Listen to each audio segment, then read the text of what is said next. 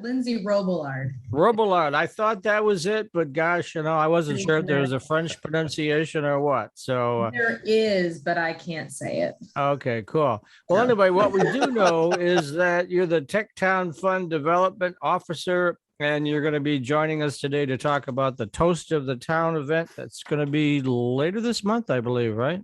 Yes, thank you so much. We're really excited to be here. And Toast of the Town is September 30th.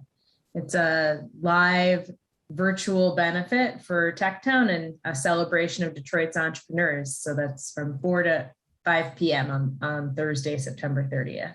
I think it's virtual again, right?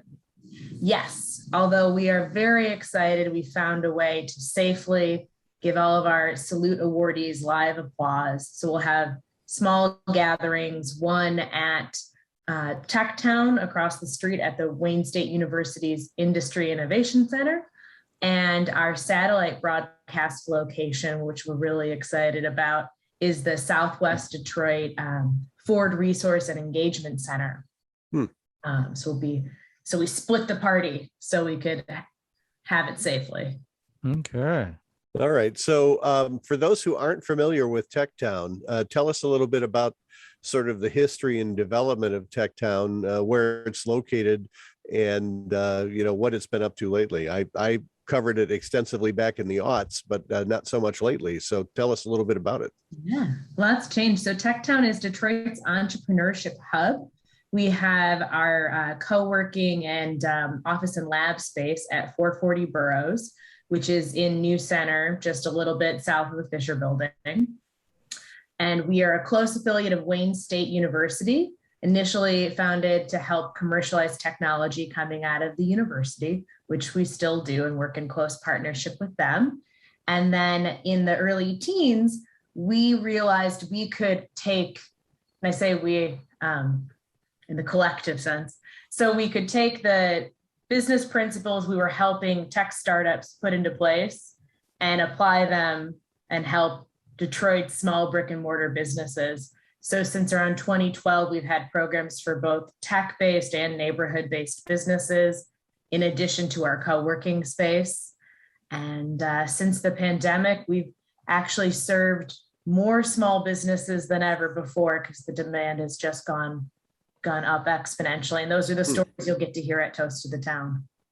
Yeah, let's talk a little bit about that. How long has Toast of the Town been around, and what's behind it? What goes on with that?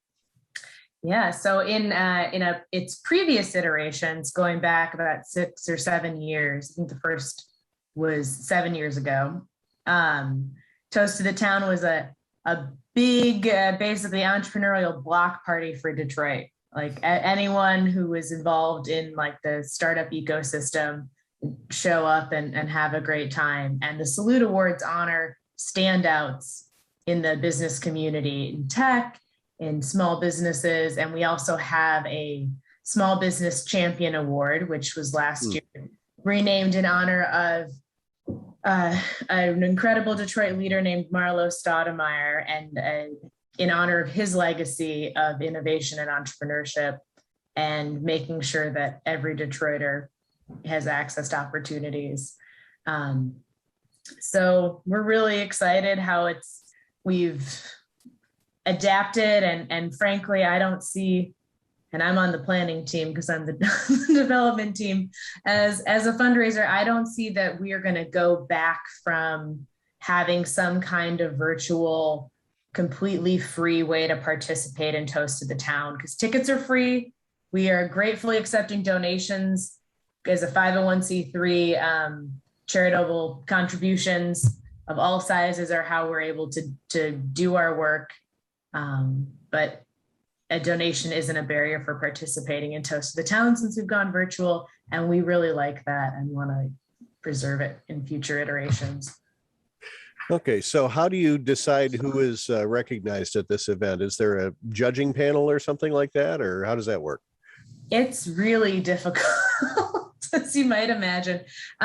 So for the 3 Salute awardees that are to members of the TechTown community, we collected nominations from all across our staff and team, right? Who in the past year has taken all of the resources and tools at their disposal, and also exemplifies our values of inclusivity and innovation, and has done great things. So we collected all of those nominations and had an internal evaluation and selection committee comprised of our couple from development, our program team members in tech and neighborhood and education, and also our co-working community. Really excited that actually 2 of our nominees, our honorees this year, are co-working members. Well, that's cool. As well as standout entrepreneurs. Can you provide, can you quickly name who are the winners, as it were? Yes. So Javier Evelyn, who is the co-founder and CEO of Allergy, which is a really innovative company in the med tech sector. We have had them on our show. Oh, yeah. So Javier's delightful. It was really exciting. He's had a standout year. He has not let the pandemic get in the way. They received a patent for their auto injector that comes on a cell phone this year. And another honoree is Juan Carlos de Wicke Perez, who is also a co-working member with his company Featherstone, which is a marketing agency that does dynamite work, has expanded quickly during the pandemic, and he's been volunteering as a member of TechTown's professional services network, giving free advice sessions to anyone and everyone for the past several years, and has done some incredible work with our clients as building a business, and really exemplifies how it takes a community to build something new and great. And our third honoree is Raquel Losano, who owns El Poco Market on Bagley in Southwest Detroit. It was all set to open she saw a need for vegetarian, vegan, carry out and go foods in her neighborhood, and was all set to open that salad bar in March 2020. And she immediately knew she could turn to TechTown for help pivoting, enrolled in our 313 Strong small business coaching program, and took every single piece of advice for how she could kind of pivot and generate more revenue through a different new business stream of imported products from Mexico, and has seen dramatic results over the past year. And we're really excited to highlight this great diversity of entrepreneurs that we work with at TechTown. Yeah, that's one of the things. It's called TechTown, but in reality, it's more of a Detroit-focused help group, some of which are technology, some of which are what we call mom and pop stores, that sort of thing, neighborhood stores. I know before the mix was something 30-40% tech, and then the other part was a variety of things. I don't know if that's still where it is. That is probably still pretty close to the right ratio. I'd have to go back and look at it again, but I think about 2/3, and that's not counting the co-working community, which is one of the benefits of locating your business at TechTown, is that you're possibly more keyed in to all of the advice and resources that we have on offer, from workshops to the Ask an Expert program I mentioned. So really any kind of business you can pop in, go to techtowndetroit.org and sign up for a TechTown strategy session with one of our strategists and get pointed in the right direction for how to build your business in Detroit. Yeah, absolutely. And then, do you have numbers? Do you know how many folks total you have using TechTown at this time? The most recent crunch was over 1,700 in roughly the past year, small businesses and helped by TechTown.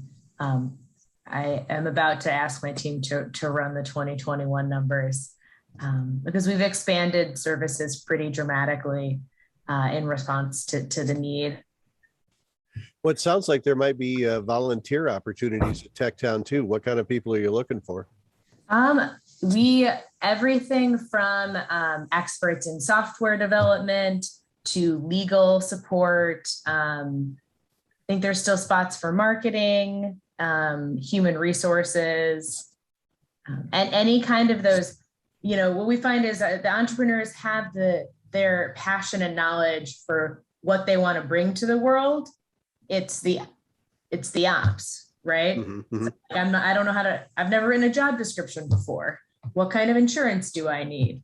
And those sorts of regulations are the ones where we really are able to supplement through the professional services network, and our team as well. We kind of, everyone helps everyone else's clients. There's no like divide between the neighborhood team and the tech team. If someone has the knowledge that a client needs, they get access to it. Yeah, speaking as an entrepreneur, I can do it. It was one of them days, man. Entrepreneur myself. I mean, you come in knowing something because clearly you think you can start a business around that something. And for me, it was communications and news and that sort of stuff. But then I discovered all the stuff that I didn't know anything about. And so I tell everyone I've got an MBA from the School of Hard Knocks because I probably tried it and it didn't work. So, yeah, the idea of professionals and a team around you is now I've become a convert to. Have for the last several years. I was a lone wolf for a long time. That was fine. But, as you begin to expand and grow, then it doesn't work anymore. Then all you're doing is working 70-hour weeks, and it gets counterproductive. So yeah, that's a great idea. Yeah. And that's how our tech incubator program really works, is helping build capacity around those core business areas for tech startups or post-revenue. Okay. Right. Any final questions there, Matthew? Well, I was just going to point out we're down to the last couple of minutes of the segment. So this is the time where you get to do a shameless plug for TechTown and tell people where to go for more information and what kind of opportunities that you offer them. Yes, please go to techtowndetroit.org. You can RSVP for Toast of the Town.